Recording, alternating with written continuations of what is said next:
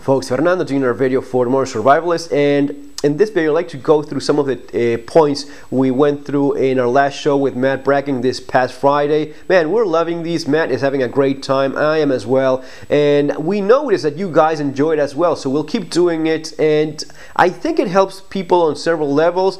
Maybe at some point it helps people cope with everything going on, but more important, it helps people understand the complexity of all of this, because some folks out there thought this was just a bunch of liberal kids, misguided youth or whatnot, and didn't comprehend the level and complexity and how well organized all of this is and how serious it is. So, and also helping people prepare and get ready for what's coming, not in a year, not in 2 years, but it's just a matter of a few more weeks that things may escalate to a whole other level. So, having said that, let me first also recommend Matt's work. It's just something that I have to do because I'm also a big fan of his, besides being a friend. And the way I first knew about him, like many of you, was through Enemies, Foreign and Domestic. It's a fantastic novel. If you haven't read it, you owe it to yourself. And the Enemy series, I think, is by far the best depiction of America turned socialist reality, written by someone that is also a very good writer, and it's entertaining to read his work. So really, I do recommend it to anyone that is interested in any of these, concerned with what's happening in the near future, and also his Bracken collection, which is a collection of essays and writings which are also very relevant to what we discuss here. Another book that I like, and maybe this one is a little bit harder to get, and by the way, Matt's work is available following the links below. First, go through his personal website. Is probably the best way to buy directly from him rather than going through Amazon. If you want to get it directly from him, that's best. If not, you have the Amazon links, and my books as well. Those are only available through Amazon, and it's Street Survival Skills and the Modern Survival Manual, Surviving the Economic Collapse, which I think can be pretty handy as well. This is another book that I really like.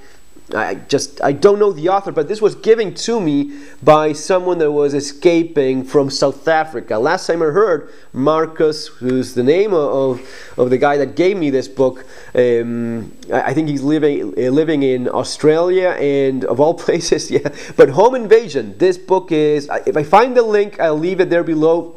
If not, try finding it yourself. But this is a book written about home invasions in South Africa. South Africa is a very high-risk place, and the kind of threats regarding home invasions, these are things that you may not be used to in the United States. A house in the United States placed today in South Africa would not survive, literally, I'm not even kidding, it would not survive 24 hours. The typical American house in South Africa. The typical house in South Africa pretty much has to be fortified like a bunker. In many ways, a lot of these things are very similar to what we see in South America.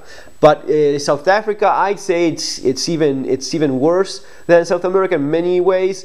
I guess depending on where you are specifically. But this book is packed full of a lot of the information that I think can be handy so as to reinforce your own property, your own house, and also tips regarding how criminals work.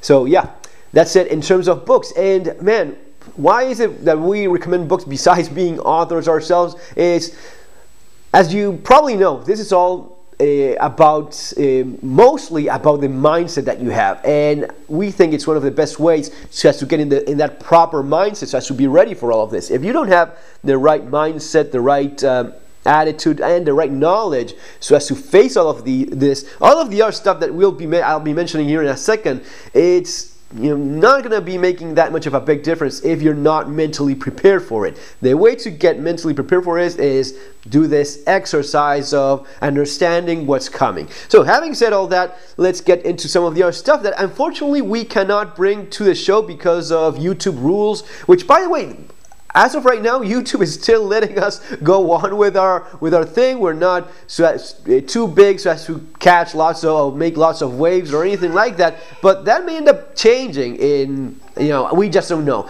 One of the things we talk about is, of course, firearms. And this is the one I showed in one of my previous videos. You want to go check it out. Just a double-barrel shotgun. This is the kind of thing that Sleepy Joe would advise. And just don't let that dissuade you. It is really a fantastic, handy tool, and it's affordable. And it's something that a person with limited training will probably handle rather well. That's something you have to keep in mind too, because there's lots of people in our prepper survival community that are well armed, well trained, but you also have to understand that this, in terms of community, the guy next to you will probably have none of that. Never took a single shooting class, maybe doesn't even own a gun. Matt talks about arming your neighbor. I think there's something very important to be said about that, and you will have to make certain decisions as of who you trust and not, but it may get to that point where you want to hand over a gun to someone that you eventually end up trusting enough, at least to, I don't know if you're going to be covering my back, but at the very least cover that side of our neighborhood, and you have something to put a shot down range. That is going to be a lot better than not having that person there. So it is very complex. It's not simple, and there's no easy, clean, tidy answers or solutions for any of that. But these are the tools that may make a difference. Another one that we didn't talk about is your old trusty 22. And I'd rather get a shotgun instead because of certain things. It has more knockdown power, more stopping power, basically, if it's actually ended up being used in self-defense. At the same time, with the right ammunition, it's not going to be a threat like half a mile or a mile down range, which you probably don't want, especially with someone that's not really all that well trained. So, having said that, the old trusty 22 semi-automatic, maybe a Ruger 1022 or whatever semi-automatic it is, it has several advantages. Ammunition is lightweight, affordable, has very little recoil, and someone that's not much of a shooter will feel very comfortable with this in just a few minutes of basic firearms instructions. They will know how to handle this rather well. And at the same time, one of the things you have to understand, lots of these things may be encounters that it's just like little skirmishes where just a few rounds popped in one direction, and that may be enough to dissuade a group of people with ill intent. So as to put it somehow, this is very typical, in South America, where a farmer in South America, this will be mostly his main gun, even more so in many cases than the shotgun, because it's cheap, so as to make a couple shots and scare someone away from his land who's trespassing, pop up a couple rounds over their head or in a safe direction. Of course, be very careful. You're still talking about firearms, but that is a reality in South America in many places, and I've seen this myself firsthand. And it is amazing just spending one afternoon with some of these folks. It's amazing how many rounds they go through just doing this sort of thing all day long. So people trespassing, people that need to be reminded that you're armed and you're there. This may well be one of the things you end up seeing in this kind of new reality after the elections. So yeah, and maybe you don't have a spare AR to give your neighbor, but maybe you have one of these, or maybe you can get one of these for very little money. Ammunition is becoming harder to get, and especially 22 is not all that easily available, but it's certainly more easily available, as far as I know, than 9mm or 223 or 5.56. So keep that in mind. Lightweight, someone that is not in great physical condition can carry this walking around a few blocks and such, and you have someone else with a gun watching your back, all right? So that's something to be considered too. Then in terms of firearms, of course, and guys, most of you already have a Glock and an AR. I basically take that for granted. And you may have more than one. You have several. Now, I think those guns are better suited for your community watch on steroids, or your neighborhood self-defense group, or whatever name you want to call it, but it's basically people watching after each other.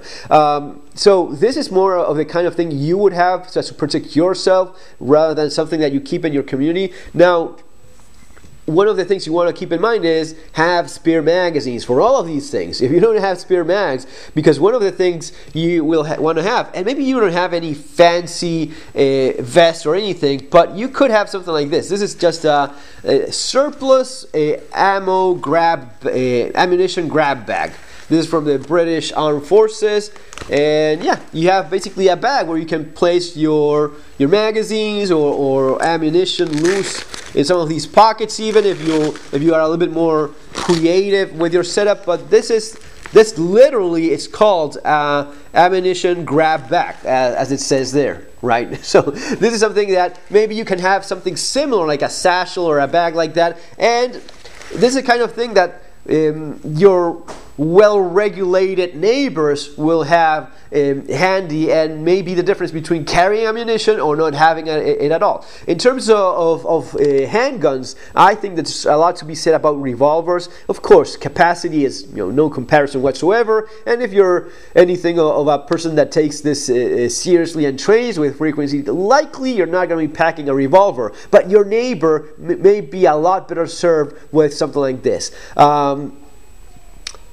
This is the kind of thing that maybe someone you care about in your community, someone you care about in your family, and they didn't bother doing any of this. There's two lines of thoughts here, and I've struggled with this in my Spanish channel as well. By the way, I've got over 100,000 followers in my Spanish channel. I have the little YouTube plague thing over there. I'd love if you subscribe to this channel as well, and eventually get to 100,000 here. That would be pretty cool too. But one of the things we've been discussing is there's this two lines of thoughts. There's people that think that you should only have a semi-automatic pistol, and if you cannot be bothered so as to learn how to train and shoot this properly in a high-stress situation, then don't bother having a gun at all. I'm not of that school of thought. Of course, this is what I shoot 99% of the time. Most of my trigger time, the limited trigger time, because let's be honest, I don't shoot a whole lot. Every month or so, I shoot a IPSC competition so as to keep somewhat of my speed and accuracy as mediocre as it is. I at least want to sustain that level, and this is what I shoot. But at the same time, I'm also very much aware that I shoot 100 times more than the average gun owner that never shot a single competition, never took a single defensive shooting class or advanced shooting classes with different firearms. I took my instructor so as to course so as to be a firearms instructor. The average person does not do any of that. The average gun owner is a lot better served with something like this. Again, there's people that think, well, if you're not going to be training seriously, just don't get anything, and if not, you get an automatic, you get a Glock. I think that there's a lot of people out there that they have a right so as to not be as much into firearms as some of us are. And I think that that person, if they want to get a gun so as to defend themselves with the limited training that they will dedicate to it, maybe a class with a firearms instructor so as to safely handle a weapon, keeping the finger off the trigger guard, being sure of the target, basically the basic gun safety rules that we all know. Someone that just sticks to that and very little else, that kind of person will be a lot better served with this. And there's been countless of incidents in which people with no training whatsoever ended up using a firearm for self-defense. In those cases, a revolver is a better weapon because it is more simple in its user interface. There's less likelihood of problems of empty chambers. If the gun has you gave your neighbor a 1911 and he will end up shooting himself or forgetting about the safety in the worst possible moment. This is a better fire extinguisher type of weapon, something you just use when there's nothing else to be done. Less likely to have that kind of problem. So yeah, I'm a big believer in revolvers. Besides liking them, I see this maybe not something as I would be using personally so as to train, but for someone that is not that much of a firearms enthusiast, it is a better choice. We've also talked about the Baofeng's UV5R. These things are great. And yes, of course, those of you that are radio guys, you know that you need a license, and you may have heard that you cannot operate these without a license. You can, though, even without a license, you can turn it on and listen to anything you want. Right? So you can turn it on, listen, and basically understand how it operates and works. It's not rocket science, even though there's some very cool, nifty things you can do if your level of radio knowledge is more advanced, repeaters, that sort of thing. But for even the basic guy, buying a bunch of these, and I mean a bunch in terms of get several, don't get one, just get 2, 3, 4, maybe, with 4 of these, you could somewhat set up a decent little group, more maybe better, and maybe if you have some of your neighbors on board, convince them of buying a couple of these themselves. That's how you start forming a neighborhood community that starts watching after each other. You don't have to make something is going to be a lot better than nothing. All right, so if you have 1 or 2 guys on board, that's going to be a lot better than never having bothered to talk with your neighbors. But this is the kind of thing that allows you to communicate with people in your community when the grid is down. Even with your cell phone, getting your signal, your Telegram set up, safer than WhatsApp. But radio, guys, this is where you'll be able to communicate. And $20 on Amazon. I leave the links below along with the books. And yes, full disclosure, the links below are from my affiliate program. And yeah, the channel gets a small cut from that. Doesn't change your price at all when you're buying from Amazon and that sort of thing. Also, in terms of, well, lights for your firearms. Maybe if your armament is basically a double-barrel shotgun, maybe you're going to be taping your kitchen flashlight to the muzzle of the gun. And there's really nothing wrong with that if that's all you got. But if you can get actual weapon-mounted flashlights, that can be a big advantage if you have the training to know how to use that properly. Same with optics, red dots, night vision. This is the stuff we've talked with Matt. One more thing before I forget. With your radio, the antenna, you can extend that range nicely by buying a spare $10 antenna. I'll leave the link for a couple of the antennas that may be something you may want to get if you're looking at more of a 5-6 mile communication thing. The bigger antenna will make a difference. That's one of the advantages of something like this, that can be customized to some extent, actually quite a bit, so as to make it work for you. It is not the most fancy ham radio, but man, does it work, and people love it for that. Okay, so I think I covered a good amount of stuff that, unfortunately, in terms of firearms during the live show with Matt, we cannot show firearms because of YouTube. I don't know, they're worried someone would blow up their brains during the middle of a live stream in the platform, which I don't know. I guess it's something they don't want to mess with. So just following the rules so as to stay with a clean sheet as much as possible, and not give anyone any excuse as to get rid of us, because so far we're doing great. We're getting lots of traction, people loving it, and I think we are doing a little bit of our little grain of sand so as to get the message out there and help folks out, and eventually help ourselves, because when you do stuff for others, you end up elevating everyone and you along with them. Folks, see you next time. Have an awesome day.